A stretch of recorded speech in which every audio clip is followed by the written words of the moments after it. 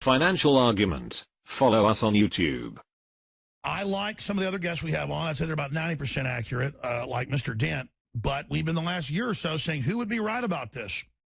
Who would be right and say that oil prices would start going back up? Who would be right to say gold prices in the aggregate this year would start going back up?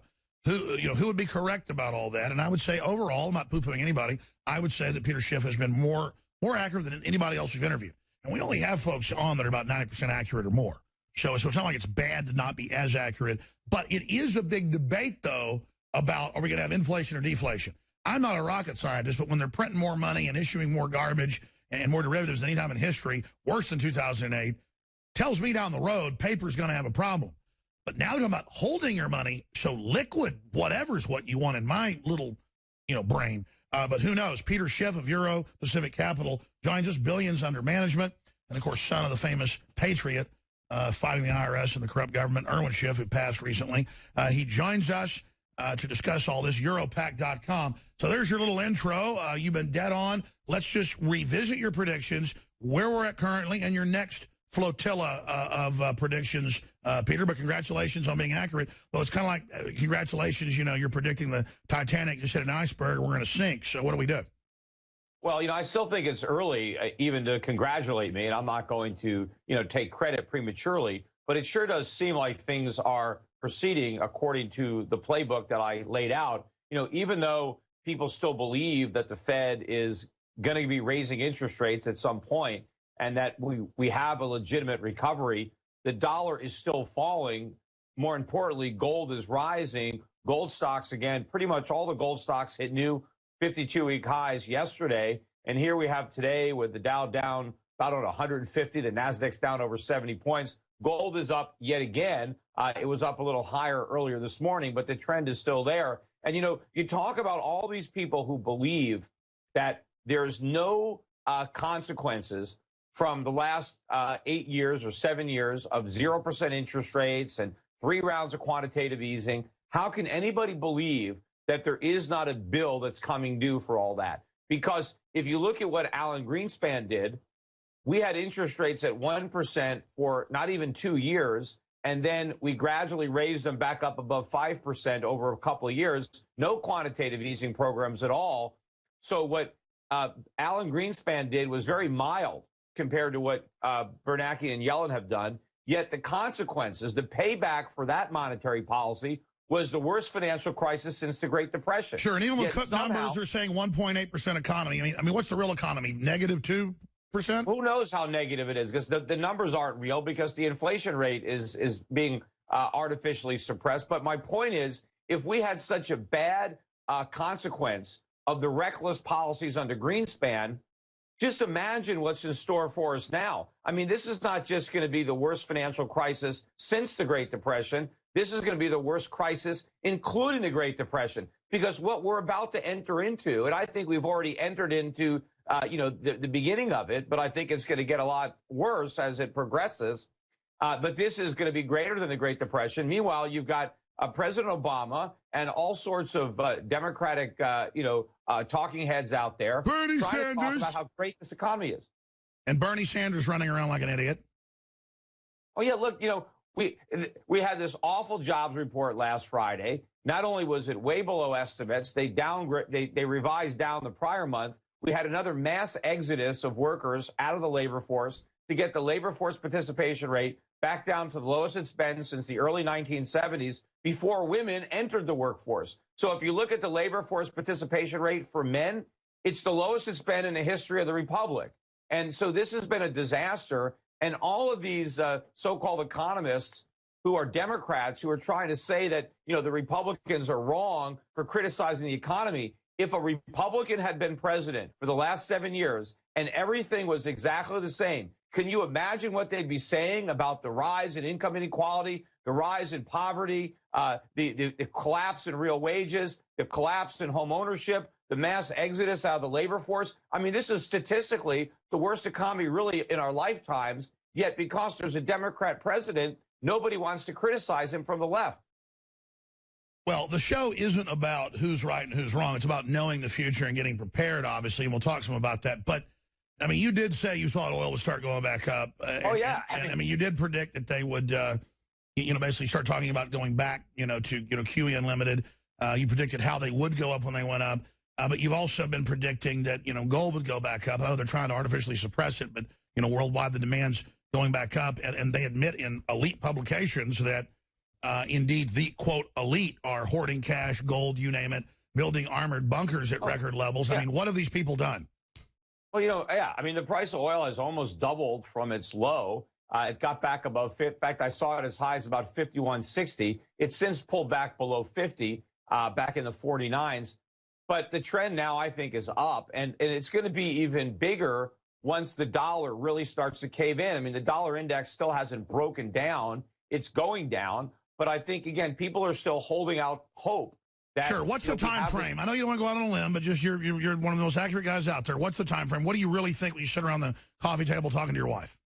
Well, it doesn't matter. I think it's happening right now. When it's going to accelerate, from a march to a stampede, I think people have to protect themselves now. I mean, look at our strategies. Look at how much gold stocks are up or silver stocks. Talk about gold and silver. I mean, you're talking about stocks that have tripled, quadrupled so far this year, and Wall Street still doesn't own them. So this, I think, is still early in the scheme of things. So what your listeners should do, if they didn't follow my advice, 3 months ago and 6 months ago, to get on this train, you haven't missed it. I mean, you still got to get on. You got to get out of U.S. dollars, get out of U.S. stocks. You should be talking to my representatives at Euro Pacific Capital. Set up an account. Take your depreciating dollars before they really collapse, and diversify abroad. Get some money into Switzerland and Singapore and New Zealand. And by the way, Peter Schiff is not a sponsor. I ought to call him, give him to be one. I mean, I think the guy's a great guy, but I do agree people should be diversifying. But, I mean, look, let me ask you this question then, Peter.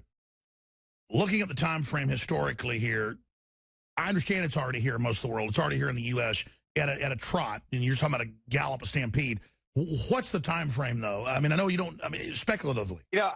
I think the election could be a catalyst, because I think one of the reasons that Janet Yellen is reluctant to admit how weak the economy is because she doesn't want to interrupt the Hillary Clinton narrative. I mean, the whole idea that Obama saved us, everything is great, and now we should turn over the reins to Hillary. So we're in la-la land until the election ends.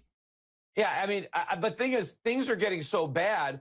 Can the Fed hold out and still pretend everything is good until the election? But certainly by the time the election is over, there's no reason to put up the pretense. So I think by the end of the year, the Fed's going to have to come to the rescue, at least what its thinks is the rescue. They're going to cut rates. They're going to try to have some kind of QE program. But again, this is pouring gasoline on a fire. None of this is going to help solve our problems. This is why we have a problem. The Federal Reserve has created this problem, and they make it worse. I agree. Let me ask you a politically selfish question, but the audience wants to know. I'm worried Trump's going to get in, and then they're going to hold the collapse back till then and then blame it on him. Well, look, I don't think they'll be able to blame it on Trump if it happens, right when he walks into the office. But I think the crisis is going to happen regardless of who we elect. I do think that Trump has a better chance of doing the right thing than Hillary. Hillary has no chance of doing the right thing.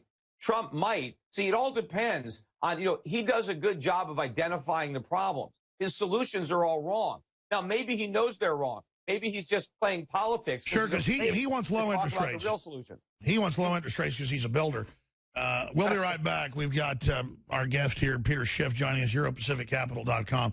He's been dead on so far, so we're going to come back and I'm going to ask him, what's front and center on his radar, not just my question. Stay with us. Peter Schiff of Euro Pacific Capital. Instead of me asking the questions here in the 5 minutes we have left, you've got the floor. What's front and center for you?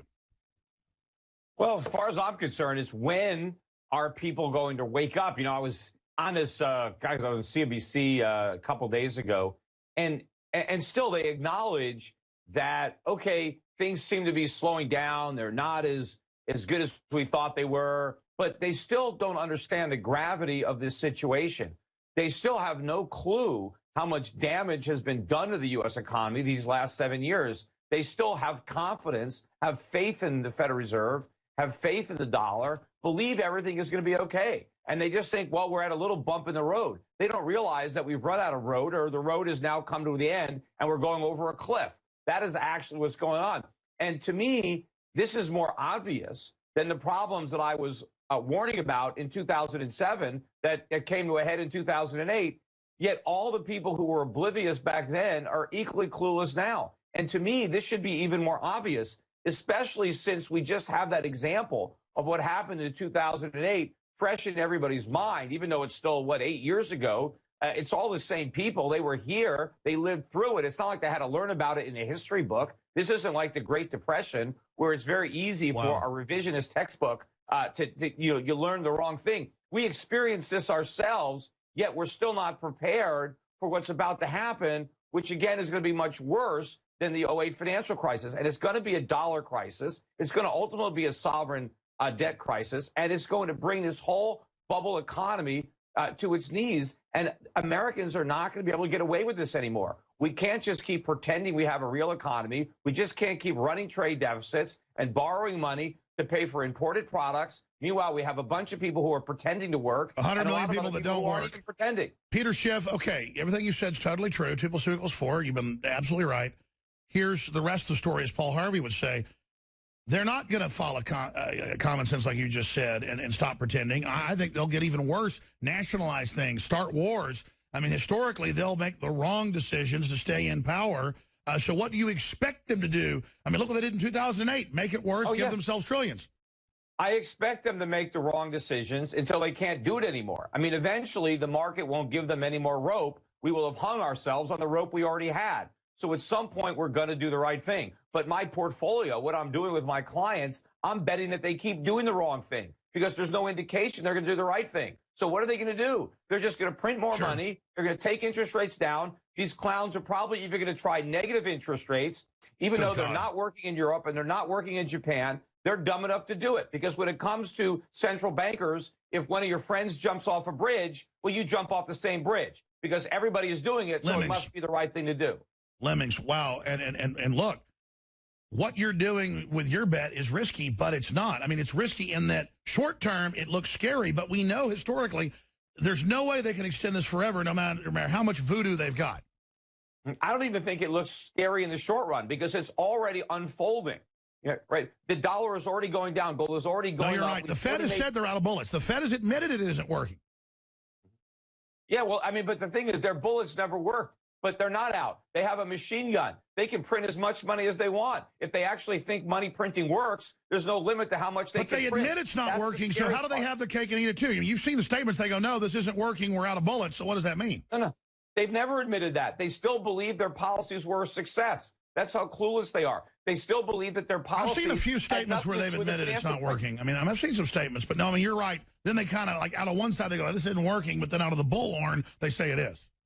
No, they don't accept responsibility for their role in inflating the housing bubble. They don't accept their blame for the financial crisis. They still believe that all their policies were correct. And so the next time the economy turns down, they're going to do it all over again. See, they're still pretending we have a recovery. All right, Peter, you've been dead on. Thank you so much, Europac.com. Have a great weekend.